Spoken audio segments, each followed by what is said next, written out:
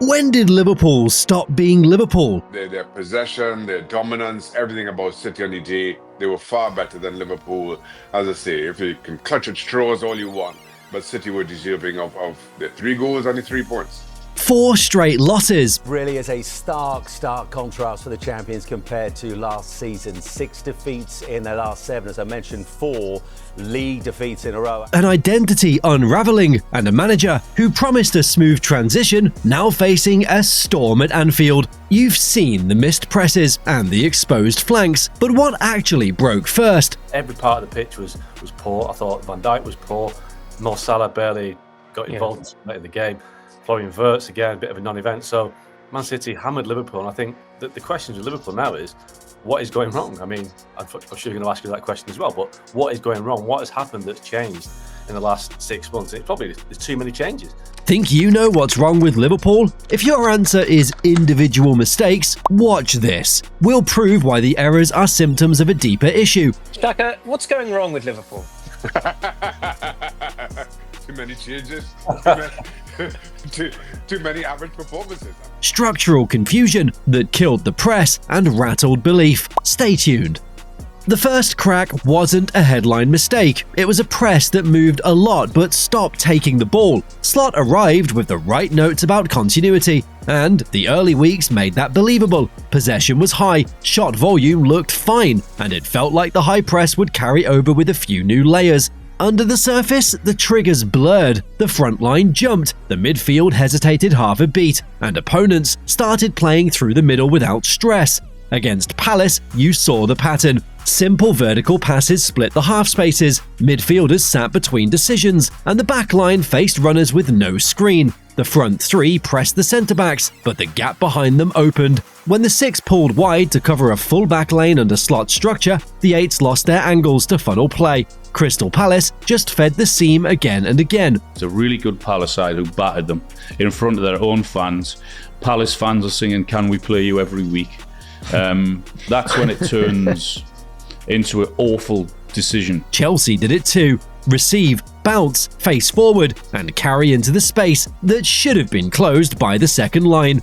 Pressing data backed up the eye test. The team allowed more passes before engaging, and the few times they did engage, the timing was off. High turnovers that used to lead to shots dropped. When a press doesn't connect, you don't just lose the ball back, you lose shape. The defense took a step back to protect the box. The forwards waited for support that arrived late, and the whole block stretched. Think of a zipper opened from the middle, one tooth slips, and opponents attack the seam. With the 6 dragged toward the touchline, the 8 stopped corralling entry balls. Arne Slot's job right now is to provide this team with clarity, not this guy goes here, that guy goes over there, and freedom for that guy to move there, and freedom for that guy to find the space, and no. That forced the centre-backs to hold longer distances, full-backs to check their runs, and the distances between lines grew. The rhythm went with it. Build-up slowed as the first pass into midfield no longer had a safe next action. Forwards began receiving with backs to goal and no third-man option, which cut off the quick switches that once energized the attack. This was not a run of isolated errors, the map shifted, and the engine room stalled. The midfield press broke first, and everything else responded to that slip. If the centre couldn't hold, what happened to the flanks that used to power Liverpool's best moves? How do you lose your best weapon and still fail to get safer at the back? Robbie Fowler joins us today. He's putting on a free skills session taking place during half-term. The fullbacks tell that story. Slot tweaked the right side, trialling hybrid roles that sat inside rather than racing beyond the winger. He called the early diagonal from right to left that used to spring runners into space. Overlaps became selective, almost cautious. On paper, that should have tightened rest defense and reduced transitions. For Arne Slot to try and figure out, and as Stevie said, it's perplexing because on paper they're a good side, but they're not producing and they've got no fight about them. On the grass, it pulled the handbrake on Liverpool's stretch and switch game. The trade-off showed fast. Without the underlap or overlap, Salah stood alone against a set line, waiting for a pass that arrived to feet rather than into stride. On the left, the timing between Robertson and Konate slipped. When the left-back held position, the wide lane stayed open for crosses, and when he did go, the cover behind him wasn't synchronized. Those tiny delays added up, attacks stalled long enough for blocks to reset, and counters arrived before the shape restored. You can see it in the missing patterns. The quick diagonal from the right that used to hit the weak side winger early is now delayed or ignored. Runners check their movement because the fullback won't break the line, so the second pass becomes sideways, not forwards. That half second costs entries into the box and gives defenders time to drop.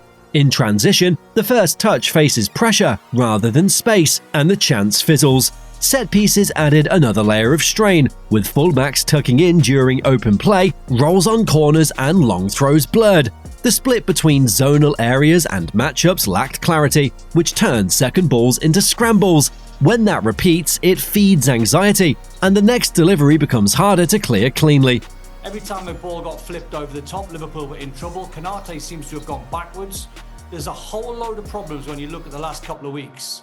Performance trends matched the footage. Chance creation from the wide fullback zones dipped, while danger faced from crosses rose. Opponents hit more deliveries per game on both sides. In the Chelsea match, once the midfield was skipped, they isolated wide, drew a 1v1, and with the fullback stuck inside, the centre-back had to slide. That opened up the cutback lane, the exact zone you want to protect.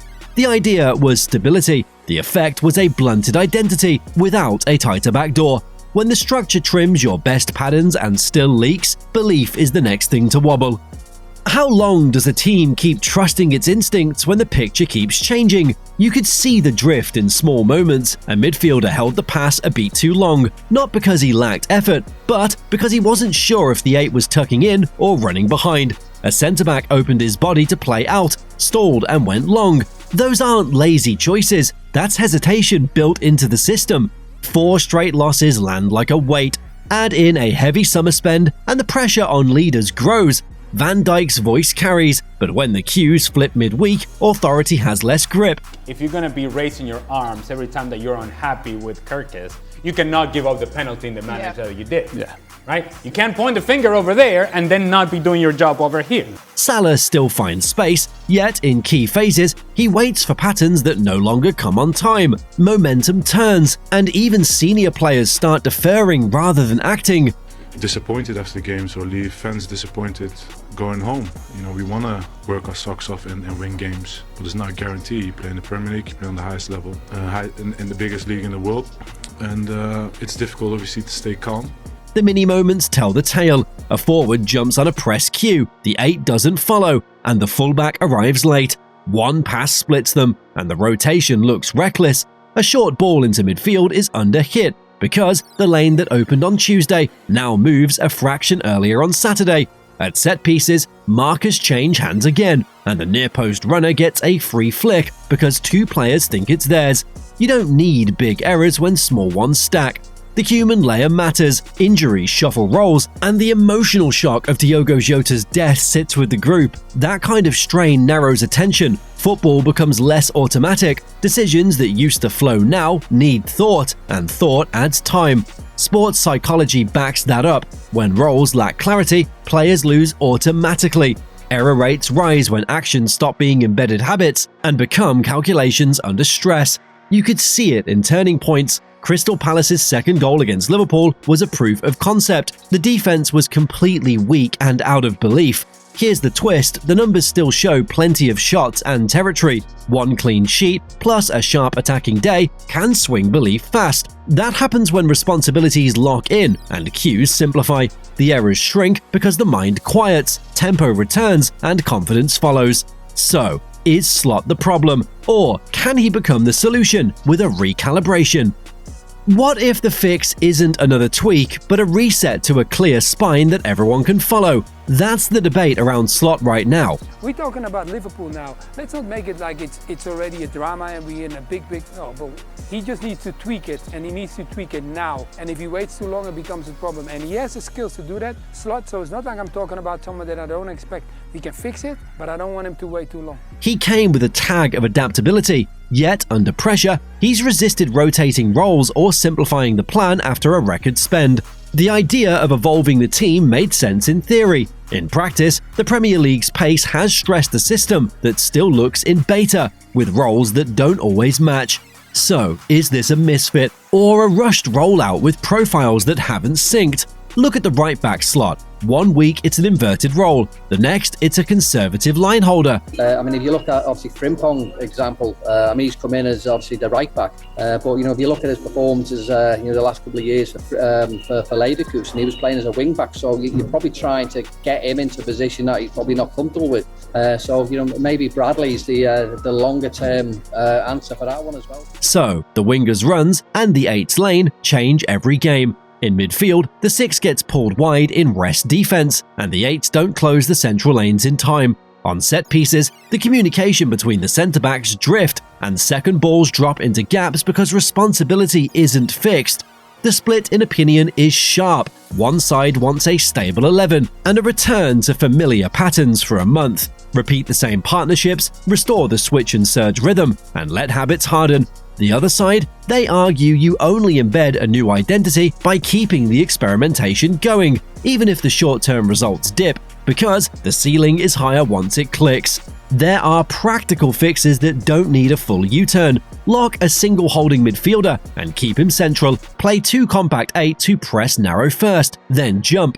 Re-empower one fullback to attack on his natural side, while the other holds the rest defense line. Freeze the set-piece unit for 6 games straight and keep the same roles on every restart. That clarity can reduce thinking time and raise tempo. Look at teams that stabilized before they surged. Ancelotti's early Madrid phases leaned on a simple spine and clear zones, then layered the detail later. Late period Rodgers at Liverpool found form again only when he fixed roles and stopped shuffling the deck.